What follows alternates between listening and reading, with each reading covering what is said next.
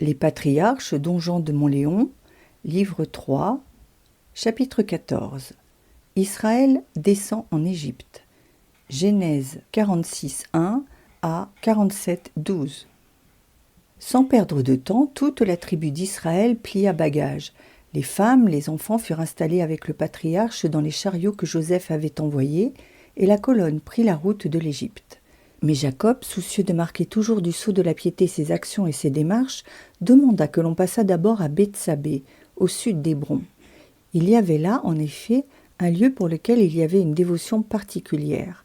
C'était le puits du serment, ainsi nommé parce qu'il avait été témoin du pacte conclu autrefois par Abraham avec Abimélec. Le père des croyants y avait élevé un autel en mémoire de ce fait, et depuis lors, jamais le puits n'avait manqué d'eau. Plus tard, Dieu était apparu en cet endroit encore à Isaac. C'était donc un lieu saint, et Jacob voulait aller y adorer le Seigneur, afin d'obtenir une bénédiction particulière pour le voyage qu'il comptait entreprendre, et qui, en raison de son grand âge, n'était pas sans danger.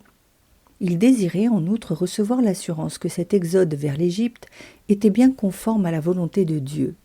Était-ce son devoir d'abandonner ainsi le pays de Canaan, la région réservée par Dieu à la descendance d'Abraham, la terre qui était déjà pour lui la terre sainte, parce que la présence des patriarches et leurs sacrifices l'avait sanctifiée, parce que sur elle devait s'accomplir un jour, il le savait, le salut du monde?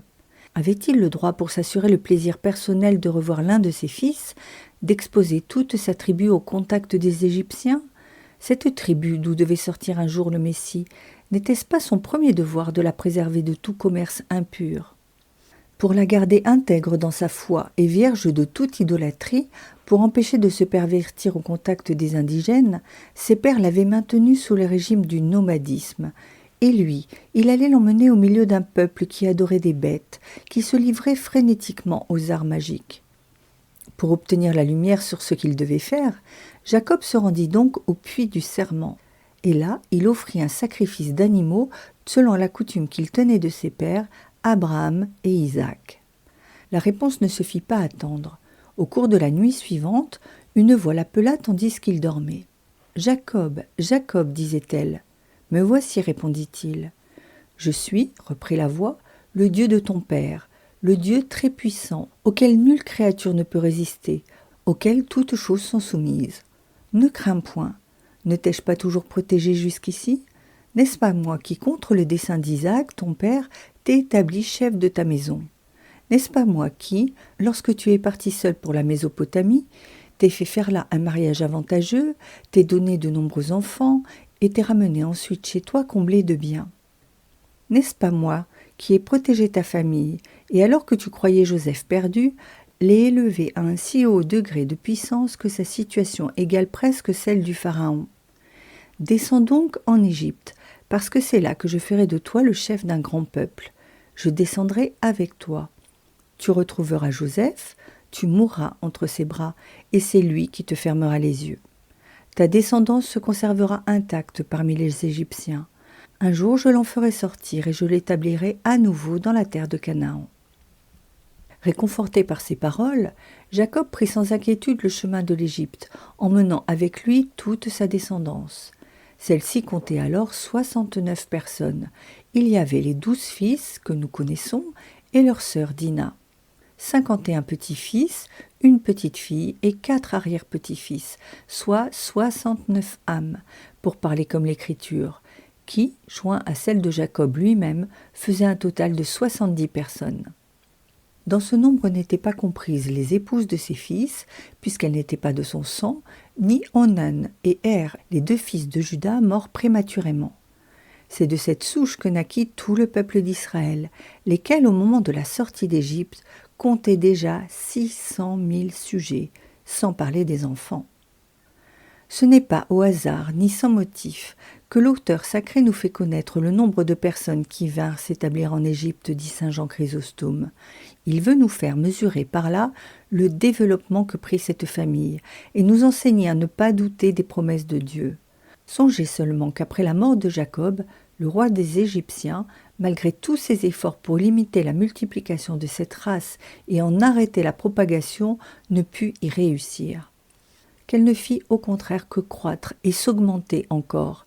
et puis rester frappé d'admiration en face de la providence de Dieu qui réalise infailliblement ses décrets, quels que soient les obstacles qui s'y opposent.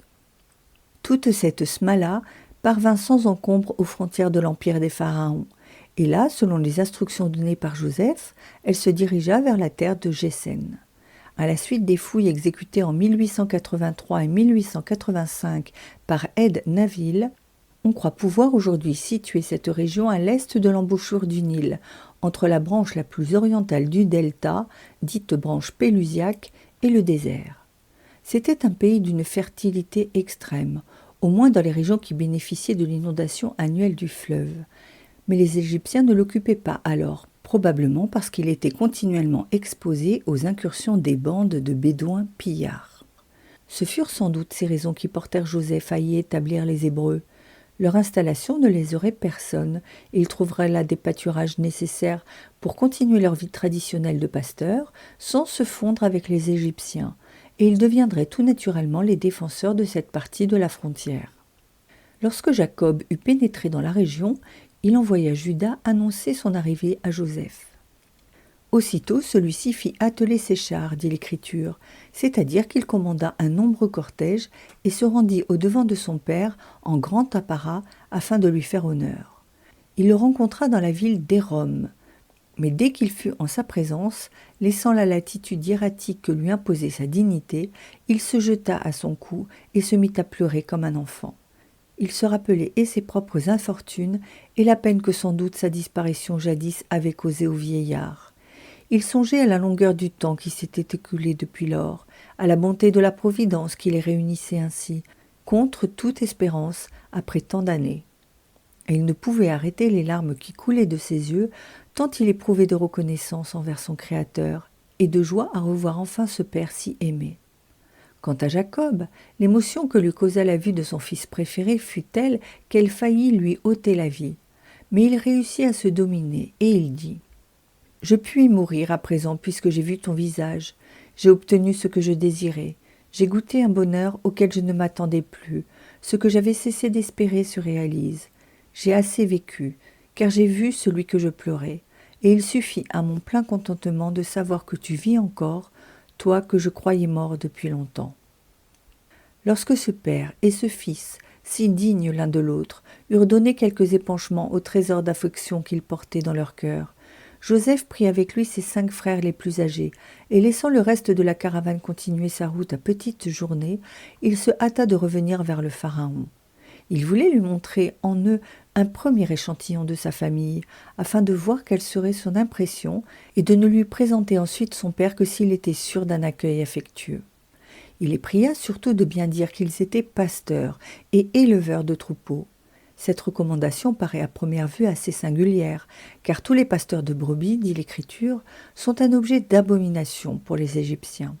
Ils les méprisaient comme les sédentaires ont coutume de mépriser les nomades, et de plus ils ressentaient une extrême aversion pour les gens qui osaient frapper, tuer, manger le bœuf et le mouton, ces animaux dignes d'être adorés comme des dieux. Mais, en insistant sur ce fait, Joseph se proposait justement d'endormir la jalousie des Égyptiens devant l'installation de ses frères en terre de Gésen. Précisément parce qu'ils dédaignaient le métier de pasteur, pourtant indispensable à leur vie agricole, les habitants verraient sans doute d'un bon œil des étrangers se mettre à leur disposition pour l'assurer. D'autre part, il fallait éviter que les Hébreux ne fussent absorbés par les Égyptiens et ne se fondissent avec eux. Or, cela se serait produit inévitablement s'ils s'étaient établis au petit bonheur dans leur empire. Joseph suivait à l'endroit du peuple saint, du peuple que Dieu s'était choisi, la politique qui avait été celle d'Abraham et de ses successeurs, le préserver absolument de toute contamination avec les païens. Il était hors de doute que si les Hébreux n'avaient été fixés et solidement maintenus dans un endroit séparé, ils n'auraient pas tardé à adopter la religion des Égyptiens. L'histoire du veau d'or ne le montrera que trop, et c'en était fait de la glorieuse destinée promise à la race élue. Le Pharaon accueillit avec bonté les 5 fils de Jacob. Il leur permit de s'établir dans son empire, leur offrit la terre de Gésen et exprima le désir de leur voir prendre en charge le bétail des domaines royaux. Rassuré par ce premier contact, Joseph n'hésita pas, dès que son père fut arrivé, à le présenter au souverain. Celui-ci le reçut avec des témoignages non équivoques de respect et d'affection. Frappé de la majesté du vieillard, il lui demanda son âge. « J'ai 130 ans, répondit le patriarche, et comme le monarque s'étonnait qu'un homme pût atteindre un tel nombre d'années, il ajouta « Cet âge est pourtant peu de chose si je le compare à celui qu'ont atteint mes pères. » Abraham, en effet, était mort à 175 ans, Isaac à 180. Leurs prédécesseurs avaient eu des longévités plus extraordinaires encore. Celui qui bat tous les records, on le sait, est Mathusalem, avec ses 969 ans. Ce n'est d'ailleurs pas une chose enviable, continua Jacob, car mes jours ont été remplis de misère. Que de tribulations, en effet, il avait connues depuis le sein maternel, où Ésaü déjà s'exerçait à le bourrer de coups. Adolescent, la haine de ce frère l'avait obligé à fuir la maison natale, à vivre 20 ans loin de son père, loin de sa mère qu'il aimait si tendrement. Réfugié chez Laban, il avait connu Rachel, il s'était épris d'elle, et cet amour, c'est vrai, avait ensoleillé son exil. Malgré cela, il avait fallu peiner durement pour vivre. Laban était un maître avare qui exploitait cyniquement la loyauté de son neveu. À la longue, la vie sous son toit était devenue intenable. Il avait fallu partir, s'enfuir à la dérobée, avec les femmes et les enfants, essuyer la poursuite de l'oncle furieux. Seule l'intervention divine avait empêché un malheur. À peine sorti de ce danger, on en avait vu surgir un autre, plus redoutable encore, la menace d'Ésaü, qui n'avait été conjurée qu'après bien des terreurs et des angoisses. Enfin revenu dans la terre de ses pères, Jacob espérait y achever paisiblement ses jours au milieu de ses enfants. Et ça avait été le rapt de Dinah, le massacre des Sichimites, la douleur de voir dans la descendance d'Abraham une fille si légère, des fils si violents, des garçons qui n'hésitaient pas à trahir la foi jurée pour satisfaire leur frénésie de vengeance, pour s'adonner à un massacre sans merci. La nature foncièrement droite et bonne de Jacob avait souffert de ce drame au-delà de ce que l'on peut dire. Il en avait ressenti une honte qui ne s'était jamais effacée de sa mémoire et qui devait exprimer encore hautement à son lit de mort, nous le verrons plus loin. Puis il avait assisté impuissant à la montée de haine, dans le sein de sa famille, contre Joseph, son préféré. Un beau jour, l'enfant avait disparu, et une affreuse épine s'était enfoncée dans le cœur du père qui n'en était plus sorti. Ensuite était venue la disette, la tragédie des descentes en Égypte pour avoir du blé, l'arrestation de Siméon, la menace suspendue sur la tête de Benjamin. En vérité, il n'était guère de jour dans sa vie où le patriarche n'eût bu l'eau amère de l'angoisse, et les 130 années qu'il avait parcourues lui apparaissaient comme une longue série d'épreuves, de souffrances, de déceptions. Lorsque Joseph eut présenté son père et ses frères au Pharaon, il les établit ainsi qu'il était convenu dans la terre de Gésène et pourvut abondamment à tous leurs besoins. Ici encore, il manifesta sa sagesse et sa prudence coutumière. Il sut garder ce juste milieu, cette discrétion qui était la pierre de touche de la vraie vertu.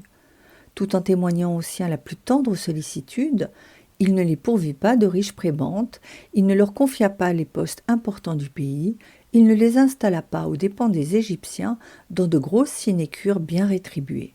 Il évita d'emblée la faute que devait commettre par exemple bien des siècles plus tard l'empereur Napoléon Ier lorsqu'arrivé au faîte de la puissance, celui-ci prétendit faire asseoir ses frères sur les différents trônes de l'Europe, s'engageant ainsi dans un dédale de difficultés dont il ne pouvait plus sortir. Combien d'autres ont, à des divers degrés, compromis leur autorité, leur prestige, leur influence par le népotisme. Joseph se garda de tomber dans ce piège, et, tout en assurant largement aux siens le nécessaire, il les laissa leur métier de gardien de troupeau. Commentaire moral et mystique. La préhension qu'éprouve Joseph à descendre en Égypte est la figure de celle que doit ressentir toute âme intérieure lorsqu'elle se voit obligée, par quelque nécessité, de se mêler à la vie du siècle. Elle redoute que toute sa famille, c'est-à-dire toutes ses pensées, toutes ses œuvres, ne soient contaminées par l'esprit du monde et qu'elle n'aille à sa ruine. Qu'elle imite alors notre patriarche, qu'elle se rende elle aussi auprès de ce puits où elle trouve la source de la vraie sagesse, qu'elle recourt à l'oraison, qu'elle réfléchisse devant Dieu sur ce qu'elle doit faire, qu'elle se remette en mémoire les engagements solennels qu'elle avait contractés avec lui au moment de son baptême ou de sa profession religieuse. Si elle y est fidèle, rien de vraiment dommageable ne saurait lui arriver. Dieu lui fera comprendre qu'il l'accompagnera partout, qu'il veillera sur elle, à condition cependant qu'elle descende pour se rendre en Égypte, c'est-à-dire qu'elle reste attentive à l'humilité. Alors elle n'aura rien à craindre. Non seulement elle ne se corrompra pas au contact du monde, mais par les bonnes œuvres qu'elle y pratiquera, elle acquerra de nombreux mérites. Et un jour, avec l'aide de Dieu, elle en sortira pour gagner la terre promise, la vraie, c'est-à-dire le ciel. De même, Joseph, en empêchant ses frères de se mêler aux habitants d'Égypte, en leur recommandant de rester pasteurs, nous montre ce que le Christ attend des siens. Il ne veut pas que ses disciples, tout en vivant dans le monde, se laissent absorber par lui. Ils doivent lui demeurer étrangers. Ils doivent rester des voyageurs, des nomades, en marche vers la cité de Dieu, des pasteurs attentifs à veiller sur les âmes qui leur sont confiées ou sur leurs propres pensées. La terre qui leur convient est celle de Gésen, parce que ce nom veut dire désir, et que le lieu où doit se fixer leur esprit ne peut être que le désir du ciel. Jacob, en disant au Pharaon que les jours de son pèlerinage ici sont courts et mauvais, nous donne le modèle de l'humilité avec laquelle les justes considèrent leur propre vie. Il avait passé 130 ans à servir le Seigneur avec toute la piété, avec tout le zèle dont il était capable. Il n'avait cherché que la gloire de son Dieu et l'accomplissement de sa volonté. Et cependant, il avait le sentiment de n'avoir rien fait. Ici encore, il pratiqua la doctrine de l'Évangile, bien avant qu'elle ne fût promulguée. Il accomplit déjà ce que devait dire un jour notre Seigneur. Quand vous aurez bien travaillé, dites, nous sommes des serviteurs inutiles. Il parle des jours de son pèlerinage, parce que sa vraie patrie est le ciel, et l'existence ici-bas lui paraît un exil. Il dit que ces jours sont peu de choses, parce que regardant ses œuvres à la lumière de celles d'Abraham ou d'Isaac, ses ascendants, il les trouve insignifiantes.